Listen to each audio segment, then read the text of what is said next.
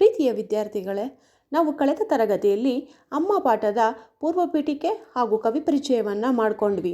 ಇಂದಿನ ತರಗತಿಯಲ್ಲಿ ಅಮ್ಮ ಪಾಠದ ಪರಿಚಯವನ್ನು ಮಾಡಿಕೊಳ್ಳೋಣ, ಪೂರ್ತಿ ವಿವರಣೆಯನ್ನು ತಿಳ್ಕೊಳ್ಳೋಣ. ಗದ್ಯ ಭಾಗ 7 ಅಮ್ಮ, ಡಾಕ್ಟರ್ U.R. ಅನಂತಮೂರ್ತಿ.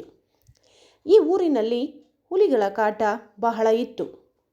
ನಮ್ಮಮ್ಮನಿಗೆ ದೂರದಲ್ಲಿ ಹುಲಿ ಕೂಗುತ್ತಿದ್ದರೆ ತಟ್ಟನೆ ತಿಳಿದು ಬಿಡುತ್ತಿತ್ತು. ಹುಲಿಗಳ ಶಬ್ದಕ್ಕೆ ತುಂಬ ಸೂಕ್ಷ್ಮವಾಗಿದ್ದ ಜೀವಿಗಳೆಂದರೆ ಕೊಟ್ಟಿಗೆಯ ದನಗಳು. ಅವು ಗಡಗಡ ನಡುಗಲು ಶುರು ಮಾಡುತ್ತಿದ್ದವು. ಕೊರಳಿನ ಗಂಟೆ ಜೋರು ಶಬ್ದ ಮಾಡುತ್ತಿತ್ತು.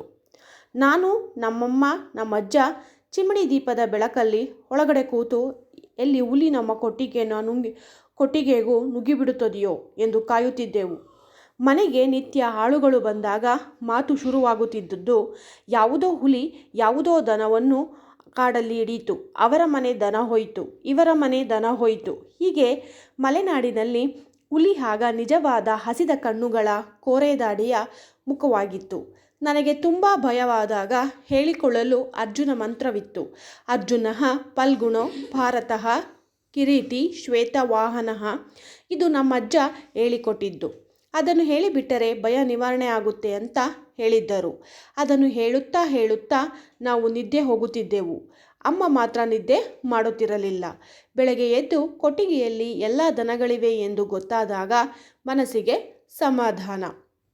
ನೋಡಿ ಮಕ್ಕಳ, ಇಲ್ಲಿ ಲೇಖಕರು ತಮ್ಮ ಬಾಲ್ಯದ ನೆನಪನ್ನು ಕಟ್ಟಿಕೊಟ್ಟಿದ್ದಾರೆ.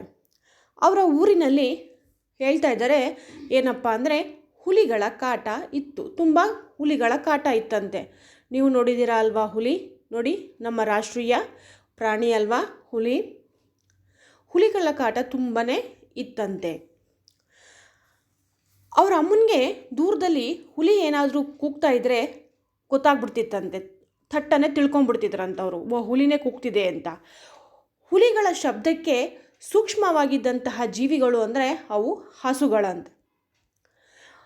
ನೋಡಿ ಮಕ್ಕಳ, ನೀವು ತಿಳ್ಕೊಂಡಿರ್ಬೋದು, ಈಗ ನಿಮ್ಗೆ ಎಷ್ಟೋ ಪ್ರಾಣಿಗಳಿಗೆ ಮನುಷ್ಯರ ಕಣ್ಣಿಗೆ ಕಾಣದೇ ಇರುವಂಥದ್ದು ಪ್ರಾಣಿಗಳ ಕಣ್ಣುಗಳಿಗೆ ಕಾಣಿಸುತ್ತೆ ಅಲ್ವಾ?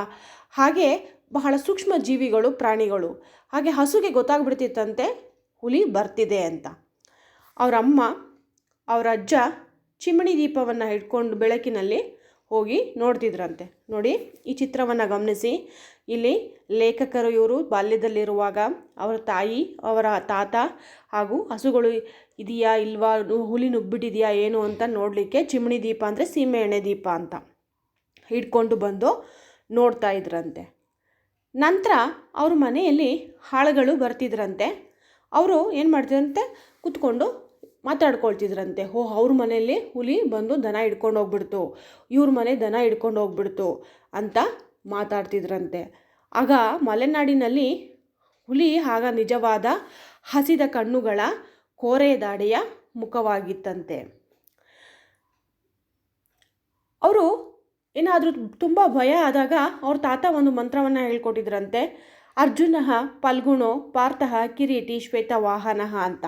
ಅದನ್ನು ಹೇಳ್ಕೊಂಡ್ಬಿಟ್ರೆ ಭಯ ಎಲ್ಲ ನಿವಾರಣೆ ಆಗ್ತಿತ್ತು. ಹಾಗೆ ಹೇಳ್ತಾ ನಾವೇನು ಮಾಡ್ತಿದ್ವಿ, ಮಲ್ಕೊಂಡ್ಬಿಡ್ತಿದ್ವಿ. ಆದರೆ ನಮ್ಮಮ್ಮ ಮಾತ್ರ ಮಲ್ಕೊಳ್ತಿರಲಿಲ್ಲ.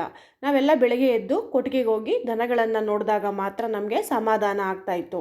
ದನಗಳಿದ್ದಿದ್ದು, ಇವತ್ತು ನಮ್ಮ ಕೊಟ್ಟಿಗೆಗೆ ನುಗ್ಗಿಲ್ಲ ಹುಲಿ, ನಮ್ಮ ದನಗಳಿಗೆ ಏನೂ ಮಾಡಲಿಲ್ಲ, ನಮ್ಮ ದನಗಳು ಚೆನ್ನಾಗಿದೆ ಅನ್ನೋಂಥದ್ದು ಆಗ ನಮಗೆ ಸಂತೋಷ ಆಗ್ತಾಯಿತ್ತು. ಅಲ್ಲಿ ತನಕ ನಮಗೆ ಸಮಾಧಾನ ಆಗ್ತಿರಲಿಲ್ಲ. ಮಕ್ಕಳ, ಇನ್ನು ಮುಂದಿನ ಒಂದು ಪಾಠದ ವಿವರಣೆಯನ್ನು ನಾವು ಮುಂದಿನ ತರಗತಿಯಲ್ಲಿ ತಿಳ್ಕೊಳ್ಳೋಣ.